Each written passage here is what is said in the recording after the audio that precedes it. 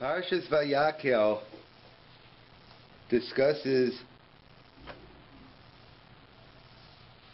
the contributions for the Mishkan. Vayoma Moshe el kol adas b'nei Yisrael lemor zeh hadavar asher tzivah this is what God told me. Kechul me'itchem truma LaHashem. Everyone should give nediv libo. Zahav v'chesed nechoshesh. It seems to be moving from valuable to less valuable. And then a couple of psukim later, v'avnei shoham v'avnei miluim v'efa l'choshen. And it talks about the avnei shoham and the avnei miluim. The avnei shoham, the avnei miluim v'efa l'choshen at the end of the pasuk. So the Or HaChayim HaKodesh asks, it seems to be out of order. We're going in order of value, so this should have been in the front, not in the back. Why all of a sudden we're going in descending order, and then at the end we put a very expensive thing at the end? Why is there inconsistency, apparent inconsistency of the Torah? So the Or HaChayim gives a bunch of answers. He says, perhaps that's just the way it was given. They gave at the end. But he quotes from a famous Chazal, the Gemara in Yuma, that where did they get these Avnei Shoam Avnei Miluim? They came from the Anei HaKavod, just dropped them down. The other people, they worked hard for the things, they brought them, but Avnei Shoam Avnei Miluim were basically a gift from God. It just fell from heaven. So the Or HaChayim HaKodesh teaches us a tremendous yisod in Avodas Hashem. He says, what do we value? It's not necessarily how much the thing is worth, which definitely plays a role, but it's how much effort you put in to accomplish that goal. The God wants to see the effort. The people they worked hard, they gave what they gave from what they were working, but the Siyam, they just gave something that dropped from heaven. So even though it might have been more valuable, but in God's eyes, He values not only the result, but perhaps even more importantly, He values the effort. In fact, that's what we say at the end when one makes a siyam at the end of Masechta. One of the things we say, Ani amal ve'emal, I work and they work. I work and makabel schar, and they, meaning the non-Jews, work and don't receive reward. To the Chafetz Chaim asked the famous question, what do you mean they don't receive reward? They don't get a paycheck at the end of the month? I know a lot of people who don't do a lot of valuable work if they get a big paycheck, and people who do valuable work get a small paycheck. But so what does it mean here that they work and they don't get rewarded? And a lot of people get paychecks at the end of the month, twice a month. So the Chafetz Chaim explains with a mashal. The mashal is with a shoemaker, but we could apply it to any type of thing. He says, imagine you go to, you bring in to your shoemaker, and you want to get your soles fixed. Of course, no one does it anymore. We just throw out the shoes and just buy new shoes. So back in the day, people used to fix their shoes, and let's say it cost $10 to put new heels, new soles on. So you come back a couple of days later, he gives you a $100 bill. So you say, what do you mean $100 bill? The price is 10, not 100. He says, no, you don't understand. I had a migraine headache. I wasn't feeling well. I was always sick. I really worked hard to make these shoes. So the person like, I don't really care how hard you worked. I only care about the. I don't care if you didn't work hard on my shoes. You got the soles on. I only care about the bottom line. That's what the Chafetz Chaim says. When it comes to secular society, the results are the bottom line. That as long as you produce, so your boss is giving you a paycheck for the end result. That's what it is usually in most cases. However, when it comes to Judaism, that's not the case. When God values you, God values the effort as well. And therefore, a person could work very hard. The two people could learn Torah for an hour. One person was healthy, felt good, and he'll get his schar. Another person who had to kill himself, he wasn't feeling well, he had a bad headache, and he pushed himself to learn. So God values that even more. Not that there's nothing wrong with the former, but But especially by Torah, it goes according to the Amelis. The more effort you put into something, the greater the result. And therefore, that's what the Chafetz Chaim is. That's what the Orach Chaim is saying here. Easy come, easy go. The things that are meaningful in life are the things that we have an effort. And that's why B'Tzalel, the Midrash says that he could have figured out everything on his own, and he could have did everything, except that God wanted our input. God wants our effort. And in fact, that's why they point out that's the whole distinction between Shabbos and Yontif. Shabbos, as a story in Kedusha, Kibbutz V'Kaimei, that no matter what comes every day on Shabbos, comes every 7 days. Shabbos, Friday night, Shabbos comes. That's Mekadesh Shabbos. But Mekadesh Yisrael V'Azmanim Yontif, even though today we have calendars, but fundamentally the days depend on based on the Jewish people brought in the Yom Tov. Mekadesh Yisrael V'Azmanim. There's a fundamental difference between Shabbos and Yontif.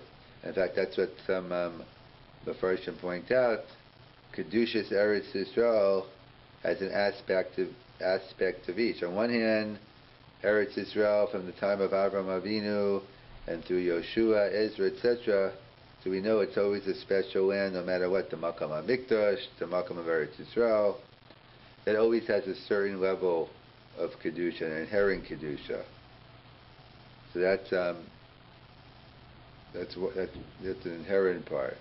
But there's a second aspect of Eretz Yisrael that we have to Makadesh the land, that the laws of Truma, Maisa, all the agricultural laws did not kick in right away. They didn't apply until after the first to 14 years. The Shevesh HaKivshu, the Shevesh HaKoku, the 7 years they conquered the land, the 7 years they took it over. So it wasn't until year 15 was year number 1. Because why? So even though it had a regular Kedusha, that wasn't enough for Truma Maisa. So Eretz Yisrael is a combination of both. So when it comes to Shabbos, it's Kibbutz V'Kaimei, and that's why in the beginning we make a token Kiddush, because we want to Makadesh Pepeh, like Kedushas Bechor. But Yontif, the whole essence of Yontif is that we brought it in. In fact, and that's why some explain, why is it that there is no Kabbalas Yontif? We're familiar with Friday Night Live. How come there isn't a Kabbalas Yontif? So Selevan, others explain that there's a difference, on Shabbos, on Yontif we're Ola Rego, so we go to God's house. So we're not going to walk, we're going to His place, but on Shabbos He comes to us, so we're welcoming Him in the Shekhinah. And along those lines, that's what they explain as well, that the difference is Shabbos, Kibbutz V'Kaimei. Shabbos comes by itself. So it comes by itself, we want to be Makabbalah, because it's coming anyway, so we want to go out. And the whole Gemara in Shabbos, the whole mystics and Sfazis, to go out and greet the Shabbos, Boichala. That's the custom of Kabbalah Shabbos. So we want to bring it in, because since it's coming, it's Kadosh Me'elav. Masha'inkin Yontif, it's redundant. What do you mean, Kabbalah is Yontif? By definition, Yontif is Kabbalah Yontif.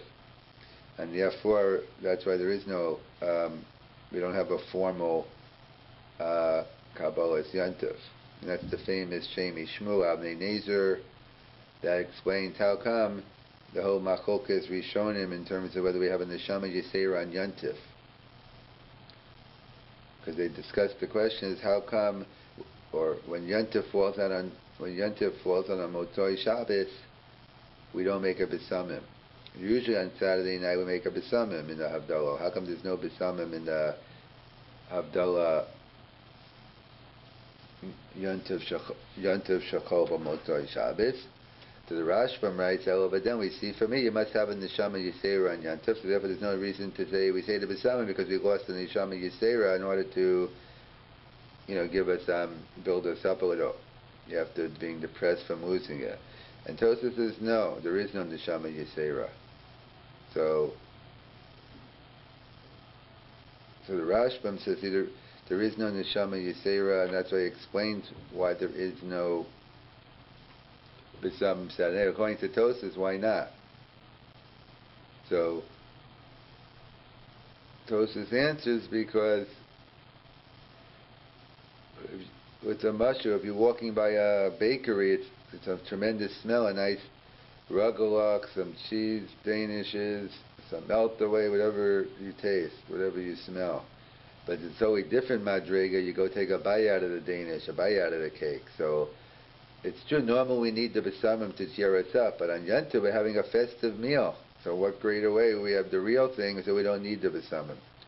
That's how Tosas answers up why we don't have besamim Saturday night. But then the kash on the Rashbam is, and therefore according to Tosas we don't, so the Nishma-s say in lieu of the besamim we have a suda, and there is no Nishma-s on Yontif. That's it. But according to the Rashbam, we have a Nishma-s on Yontif. So a Motzai Yontif, well, how come we don't make a besamim with Havdalah? And Tosas rejects the Rashbam. So the Avnei Nezer, the Shem Yishmael answer up the kasha of Tosas on the Rashbam of this Yisod, that Shabbos is Kova V'Kaimei and Yontif is Mekayis Yisrael V'Azmanim. So when it comes to Shabbos, easy come, easy go, we didn't do anything. So therefore the Neshama comes and leaves abruptly, hence we're sad, we need the besamim. But by Yontif, Mekayis Yisrael V'Azmanim, we put in the effort so it sticks around, and therefore we don't need a besamim after Yontif is over. So that's the Yisod here of the Orach Chaim HaKodesh, and the Yisod in life, that the Avnei Shalom, the Avnei Meluim, we value effort, not necessarily results. Results are also important. You need results in life, in Olam Hazeh, but in God's eyes, the most important thing is the effort, and hence since there was no effort for Avnei, even though they were the most expensive, but since there was no effort for the Avnei Shalom, the Avnei Meluim, hence the pasuk puts at the end to teach us God values effort, not results. Parshas Vayakel begins with the laws of Shabbos and moves into the laws of the Mishkan. And the Chazal tell us, we see from here a famous principle, not only from here but other places in the Torah, that even as important as Binyan HaMikdash is, Binyan HaMishkan is, nevertheless, you cannot be Machal Shabbos for. So the Chasam Sofer points out, we see how chashiv, how important every Jew is, that every Jew is holier than the Mishkan, because the Mishkan is not Docha Shabbos, but human life is Docha Shabbos. And that's what the Gemara tells us in Yuma, many places, that it's a mitzvah to desecrate Shabbos for one who is a chole sheyesh bo sakana, one who is dangerously ill. And they point out, the famous Yerushalmi, that the one who asked the question could be guilty of murder, because the 10 seconds, the 10 minutes it takes to go around asking the question, that could be the difference between life and death. So the one who asked the question, it's ki'ilu shofech damim, and the one who asked, Areza Maguna. And the one who was asked, it's not a good thing. Why is it the rabbi who's asked? Maybe he was going to get to it. The answer is no, you got to do it right away. That the first thing you have to teach the rabbi, first thing the rabbi has to teach the congregation is that the din of human life, Jewish life, takes precedence over the Shabbos. And therefore, that's why the Yerushalmi has such a strong lashon. And in fact, the famous Maisa with Rav Soloveitchik always says over, when he was younger he was sick, and his father, Rav Moshe Soloveitchik, and Rav Chaim Soloveitchik, his grandfather, was around, and the doctor came to see how he was doing. So the doctor came in, and Rav Chaim asked the doctor, do you need some light? He said, it can't hurt. It wouldn't be a bad idea. So Rav Chaim told Rav Moshe to turn the light on. So Rav Moshe started hesitating because the doctor never said it explicitly. And Rav Chaim got very angry. He called them a heretic, called them a kofar. But the point being is that, and the briskers are known to be machmer and everything, so they asked Rav Chaim, why are you so meko here on the laws of Shabbos? And Rav Chaim gave a famous answer, I'm being machmir in Hilchos Shabbos. I'm being machmir in Hilchos Pikuach Nefesh, and not being meko in Hilchos Shabbos. The Gemara in Yuma and Daf Pei Beis marshals a couple of different sources. How do we know this to be true? That Pikuach Nefesh is Dochas Shabbos. The Gemara says, Rabbi Eliezer ben Azariah says that we learn that from Mila. If Mila overrides Shabbos, despite the fact it only affects one organ in the body, how much more so when you're sick and affects the whole body, it's Dochas Shabbos. Rav Shimon ben Masnes has a different principle. Better to violate the famous pasuk we read Friday night in davening, we read in the Torah, the principle better to violate one Shabbos in order you'll be able to keep many more. And a third proof, the third verse is from Shmuel, pasuk in Vayikra, Perak Yiches Pasukei V'chai Behem Ego Yamus Behem. So the Gemara has three different sources to teach me that Pikuach Nefesh is Dochas Shabbos. Why do I need three verses? So the Gemara is going to give nafkaminas in terms of what we learn out from each one and why we need it for the other one. But without that, Rabbi Eliezer, the Sitz Eliezer, Rabbi Eliezer Waldebring points out that since the Gemara in many places writes one who's Machal Shabbos, Kilo Oved Avodah Zarah, one who publicly desecrates Shabbos, it's compared to idol worshippers. So we know that for the big three, one has to give up their life. So if someone puts a gun to someone's head and says, commit idol worship, commit murder, commit adultery, you have a mitzvah of Kiddush Hashem. You have a mitzvah to sanctify God's name. Better to die a life of Kiddush Hashem than have these sins on your soul.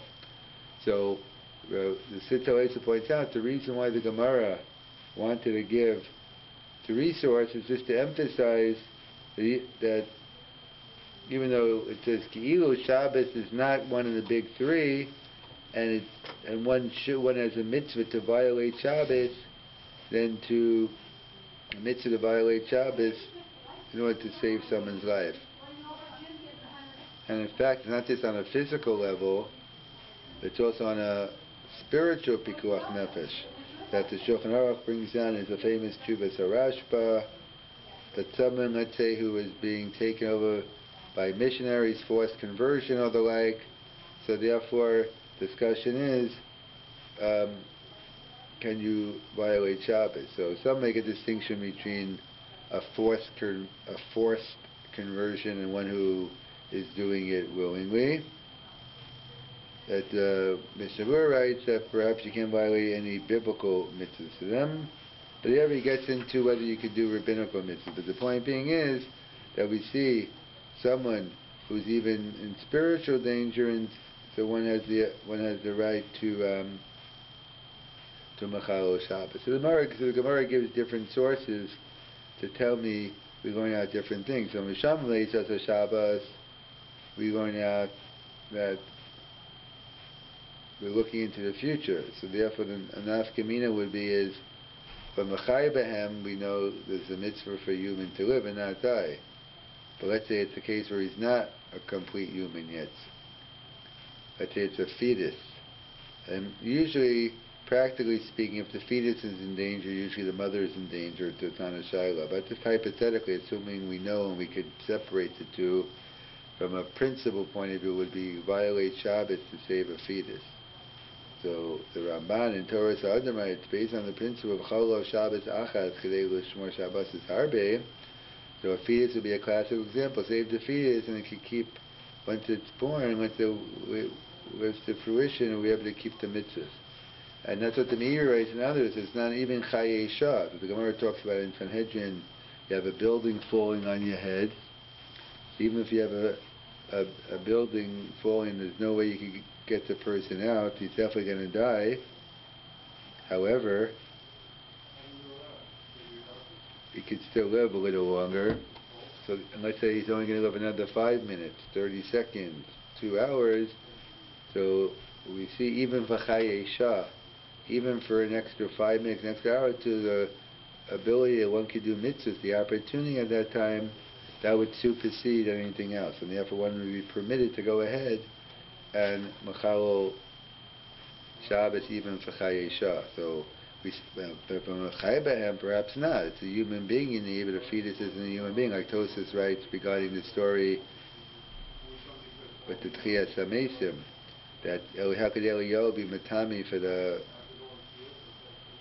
Almana's child if we have a tradition? Pinchas knew Eliyahu was a Kohen. How could it only go to the cemetery? How could he come in contact with the dead?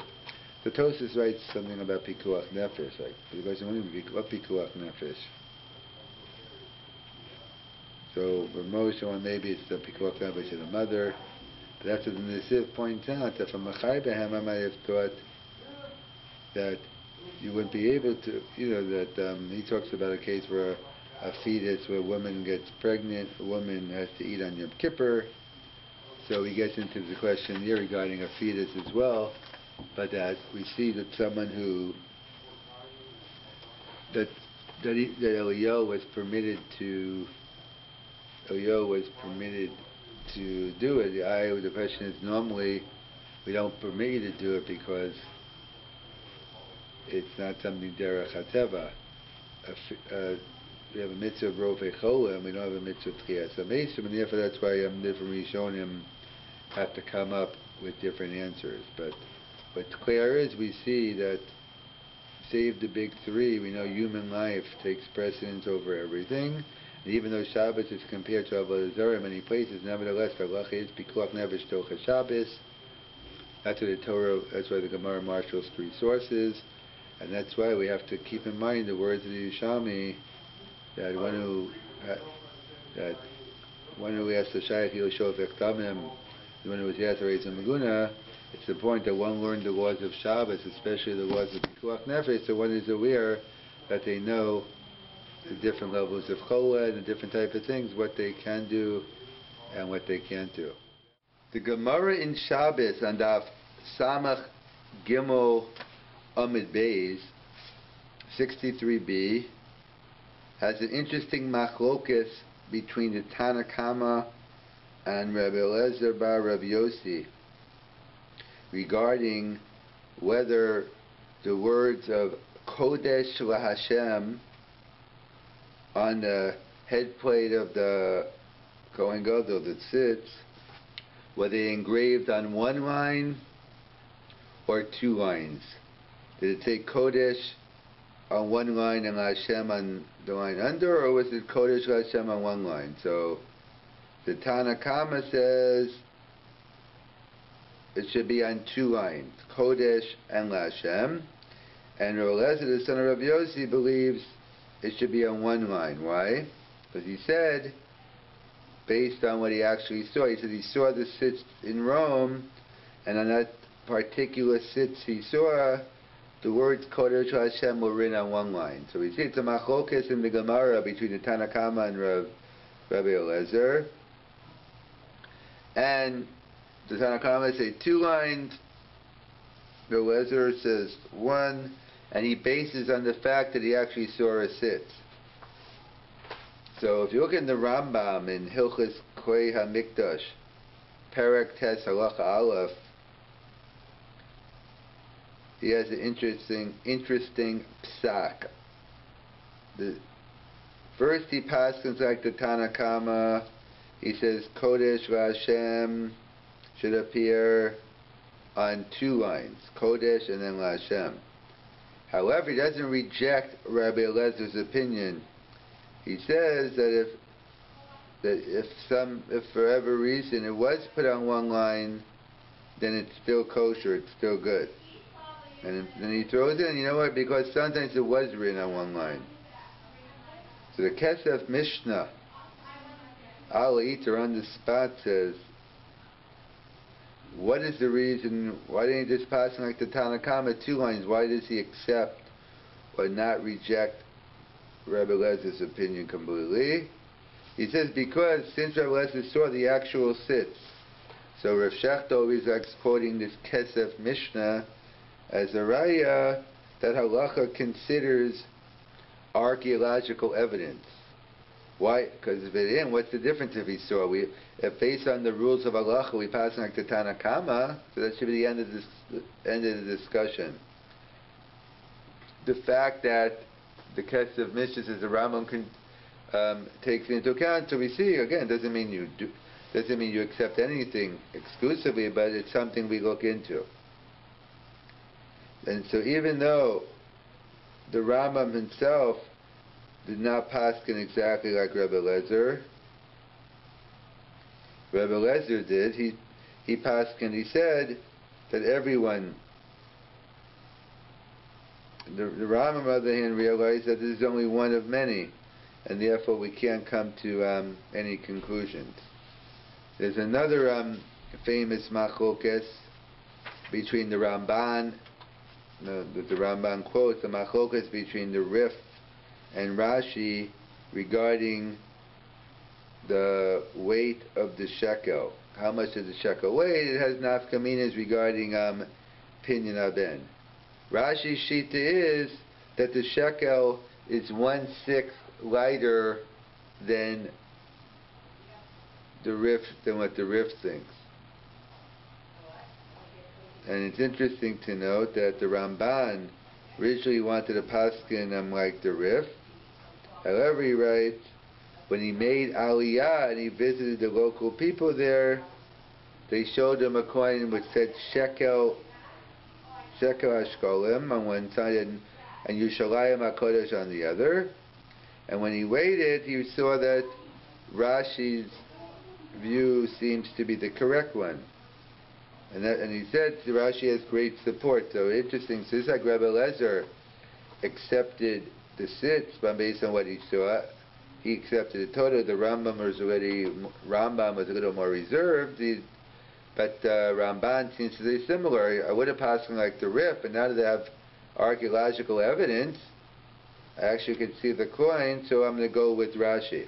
Interesting enough, even though the Ramban paskins that way, the Shulchan Aruch doesn't paskin like Rashi. He goes with the Rif, even though he was familiar with the Ramban discovery of it. And this probably touches on two major issues in general, the problem with modern day archaeology, but the issue here, the Barbanel points out in Perek Lamed, Pasuk Yud Gimel Yud Daled, is that maybe over time the shekel lost weight. In other words,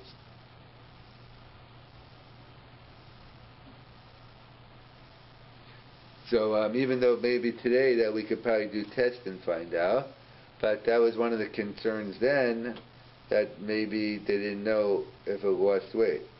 And the other issue is more the credibility of the people finding it. The people the Ramban quoted are definitely not pro-Torah, maybe anti-Torah camp, and therefore you get into the integrity of the find versus as well as the credibility of the people finding it. So again, we see the Ramban seems to go, at least consider archaeological evidence in halacha. He paskins like the Rashi based on that, and Rebbe Lezer seems to follow it as well.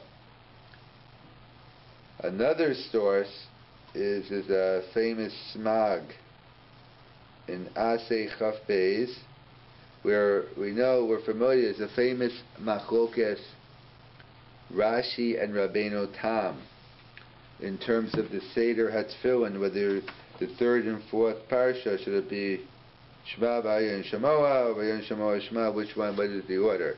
So we generally go with Rashi, and the Hasidim they also put on a second pair of tefillin following Rabbeinu Tam. But in fact, the Lubavitcher Rebbe I think asked Moshe, why don't you machmir for Rabbeinu Tam? He said, because if I machmir for Rabbeinu Tam, I'd have to put on many periods tefillin because there are many different sheets. In fact, the Yehuda writes that Rabbeinu Tam's tefillin is even a kosher according to Rabbeinu Tam. So it's still kosher, but it's not a kosher according to Rabbeinu Tam. So either way, there's the Smag wants to bring a raya. How do we know that we put on Rashi's tefillin? He says because by the graveside of Yechezkel Hanavi, they found a pair of tefillin buried there. And they found it was Rashi, so it must be people wearing Rashi. The Drisha says, what are you talking about? He says, no way. Or, Tom would argue, no, it was buried for a reason, because they were puzzle. So the counter argument to that, the Bach would say, you wouldn't bury tefillin because of that. You could just change the parshas. So again, so we see from the Smag that he's willing to accept archaeological evidence in order to help paskin the shaila between Rashi and Rabbeinu Tam. But of course, as we mentioned before, the issue, anytime you find one pair of tefillin, it's never going to be a raya. And in fact, that's why later on in the 20th century, by the Dead Sea area, they found both kinds of tefillin. They found the tefillin of Rashi and the tefillin of Rabbeinu Tam. In fact, the Gemara, the Piskei Tosfos points out in the Menachos that in Neherdai and Yerushalayim, 2 pairs of tefillin were found. One following Rashi and one follow Rabbeinu Tam. And we see this machlokas Rashi and Tam already happened already in previous generations. Because, those there was an earlier machlokas as well. So either way, they point out that from one artifact it's hard to bring a conclusion, but the point being, in theory, obviously you need it credible and you need all the other things going. And another famous Gemara, Rav Shechter quotes in the Nefesh Harav, page 53, footnote 26, the Gemara in Baba Basra, Ayin Gimel Amid Beis, Ayin Dagan Amid Aleph, that Rabbi Bar Chana, he was traveling in the desert with an Arab guide, and they took him to the graves of the Dor HaMidbar, the Jews who died in the Midbar, and he wanted to remove tzitzis from one of them to try to settle a machlokas between Beis Hillel and Beis Shammai. He wasn't successful, he couldn't get the strings off. When he came back, they trashed him and said, what are you doing? You just had to look and tell me what you saw. You didn't have to come take a sample. But what does the Rav Shechter point out? We see that Chazal were willing to consider the tzitzis of the Dor HaMidbar in deciding between a machlokas of Beis Hillel and Beis Shammai. And so clearly, archaeological evidence they want to take in rendering psak halacha. On the other hand, people point out that the fact it didn't work out, was a raya that he didn't want this to be found. Usually you have a principle the Gemara tells in Bamitzia, lo b'ashamayimi. Therefore we have to do our part. Yes, so the different Mefarshim discuss different limitations to when it applies and when it doesn't. As the Rav used to say, Hashem's will is discernible from the direction of history. A lot of times we find out later on. So either way, so you have the different schools of thought in terms of how do we even consider archaeological evidence or not. And then of course that ties into a separate issue. Let's say now the present day Tcheles controversy is, let's assume we do accept archaeological evidence in general, and we assume it's valid, but then the question would be as well, is that enough? We accept it, and we don't reject it, but is that enough? That's where Rav Soloveitchik has a famous piece in the name of the Beis Halevi, that to bring a mitzvah back that has been away for a long time, in the case of Tcheles about 1,300 years, you need a Mesorah. It's not enough just to bring rayas. We can't bring back the Tcheles unless we have a Mesorah. So the Shulchan writes, therefore, and he agrees, therefore we basically will not be able to bring back the Tcheles until the Mashiach. That's the question today, whether you need a Mesorah or not to bring back. Maybe it's enough just to bring rayas to the cause. So that's different opinions within different traditions, or maybe he said both, but different traditions within the Beis HaLevi on why he rejected the Tchelas of the Ravina Rebbe. If he rejected it based on the lack of Masorah, so then it has nothing to do with whether the Tchelas was right. Even if the Tchelas was it's wrong. Or did he reject it because based on other reasons, there's nothing new that came out, and you're not going to know better than the rabbis of the past generation. So if you come up with a reason why no one knew it, in this case, in 1980 they figured out that this Murex comes up with Perkudei. That's part of the discussion we have today, a discussion among the modern day poskim in terms of one of the issues involved in the discussion of putting tchelas back on our tzitzis. The end of Sefer SHMOS, we continue our discussion on the Beis HaMikdash, the Mishkan, and the different kelim, the different accessories. So the Rambam writes in Hilchos Beis HaBechira, Perek Aleph, Halacha Yud Beis, Ein bonen es HaMikdash b'alayla. The Rambam puts a qualification on when one is permitted to build the Mikdash, to build the temple. Shenamar. So he says you can't build it at night. How does the Rambam know that one cannot build the Beis HaMikdash at night? Shenamar, Ubiyom Hakim es HaMishkan. And in the day, they put up the Mishkan. Uvayom Ulo v'layla. And he writes, Va'oskin, and when can you build it? He writes, Me'alos ha'shachar ad seis ha'kovim, from dawn until nightfall. Va'kol chayavim livnos v'liso ba'atzim v'mon, everyone has to help in any way they can. Anashim v'nashim. So that mashma midivrei harambam, or it seems to be clear from the Rambam, Shanashim yesh alehem mitzvahs binyan beis habechira, that women are included in the mitzvah of building the Beis HaMikdash. And that's why he writes, Shanashim siyo sham binyan hamishkan v'chol anashim, and then he quotes the pasuk that women were involved. So it's clear from the Rambam that women are involved in the mitzvah of building the Mishkan, building the Beis HaMikdash. Comes along the Achronim, the later commentators, and they ask on the Rambam, how could the Rambam say that a woman is chayav in building the Mishkan, building the Beis HaMikdash? Hare mitzvahs binyan Beis HaMikdash, eino nohegas balayla. We learn now from the Psukim that the building of the Beis HaMikdash is limited during day and not night. Umemeilet, if that's the case, therefore, nechshav lemitzvahs aseh shahazman gromad, considered a time-oriented mitzvah. Ve'imkei nashim srichos lios peturas b'mitzvahs binyan Beis HaMikdash. So the kasha the Achronim ask is, how could the Rambam say a woman achayev in binyan Beis HaMikdash? We know that binyan Beis HaMikdash has to be done b'yom and not b'layla. That makes it as man grama. And the Mishnah tells us in Kedushin and elsewhere, women are exempt from time-oriented mitzvahs. So how do we reconcile the Rambam?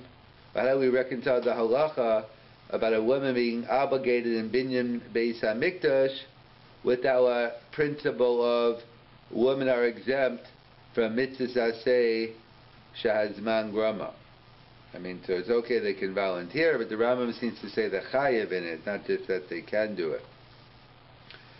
So the first answer we'll discuss is from the Minchas Chinuch, as well as others, and he writes as follows: the din zeh the ein bones hamikdash balayla hu rak lechatchila. This halacha that you can't build the Beis HaMikdash at night is only the preference. That's the ideal way. About the di'evid banu balayla bado the eino nifso. But if you did build it at night, it doesn't make the Beis HaMikdash invalid. It doesn't make the building no good. Kevin the b'chol makam shelo shana hakasav alav La'ake lo ma'ake v'di'ev rak din l'chadchilo. V'imkein yotze sha'halayla lo mufka l'gamrei b'din binyan beis. And since if you did build at night, it counts. So we see the nighttime isn't, you can't say the nighttime isn't a time for the Beis HaMikdash. U'lefi zeh v'shiyavim divrei Rambam, the mitzvahs binyan Beis HaMikdash eino nachshava as the mitzvahs aseh sha'azman grama. So based on the Minchas Chinuch, that the Minchas Chinuch wants to say that it's true you build it's true the mitzvah to build the Beis HaMikdash is during the day. So how do we view that, the nighttime? Do we view the nighttime as an absolute cancellation, and then it's like you have a new mitzvah tomorrow? Or it's just temporarily suspended, and when it comes daytime, you become chayiv again. So we have a similar yisod by Mila, this famous Gemara in Kiddushin Daf Chavtes, that God commanded Avraham, Osa v'lo Osa. So Tosfos asks, what do I need a pasuk to exclude tzara from the mitzvah Mila? Mila's had mitzvah b'yoma, not b'layla, and therefore it's a zman grama, so women are exempt anyway.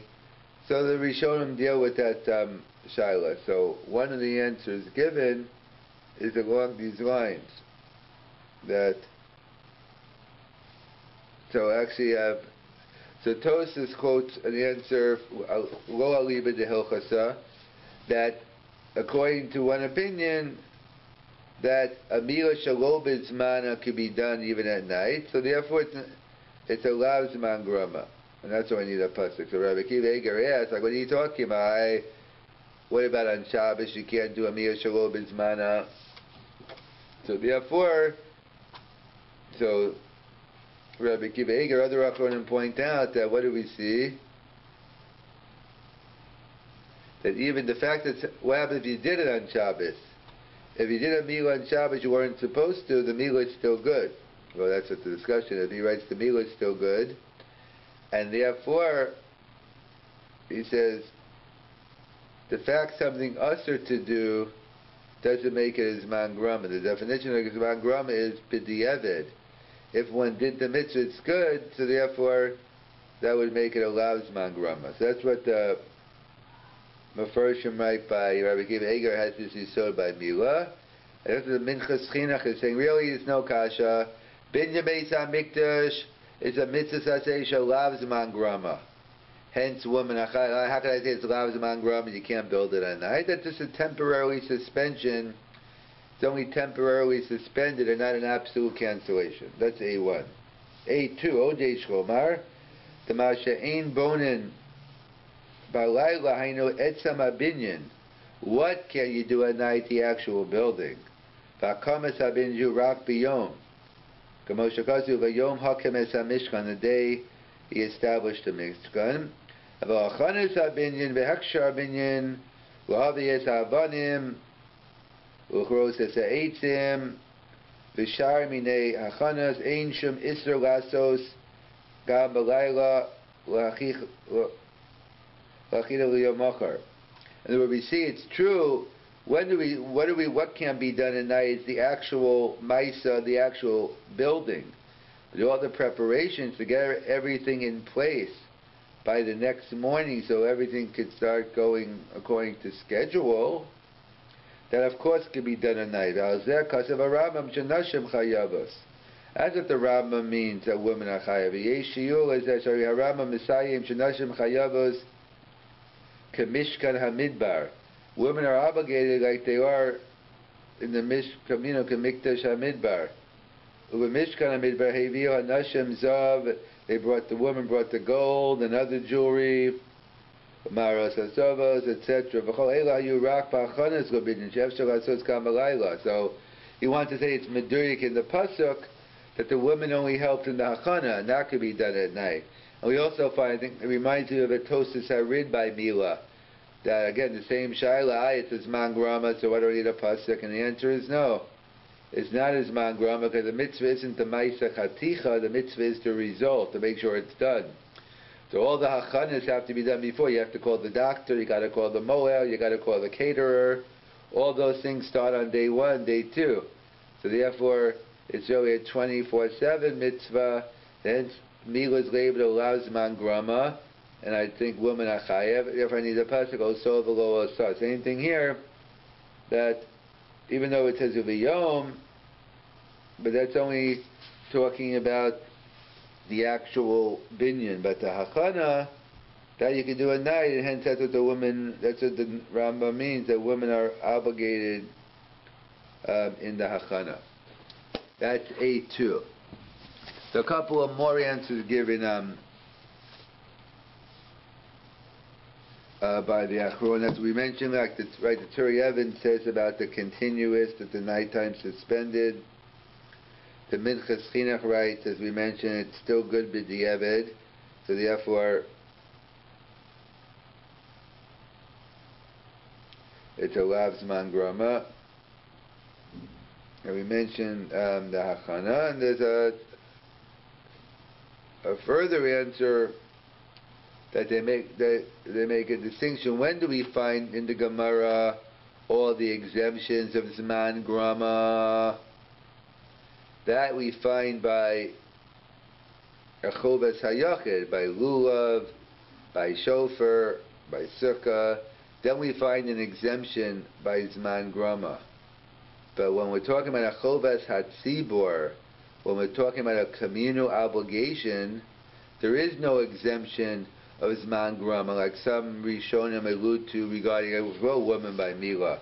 That there's a Ramban that talks about, what the Gemara talks about, if there's no fathers that are based in the community is responsible. So some suggest, well, who would be the most responsible? So the woman would act as part of the Beis Din in that sense, and she'd make sure to ensure that her son gets gemalt.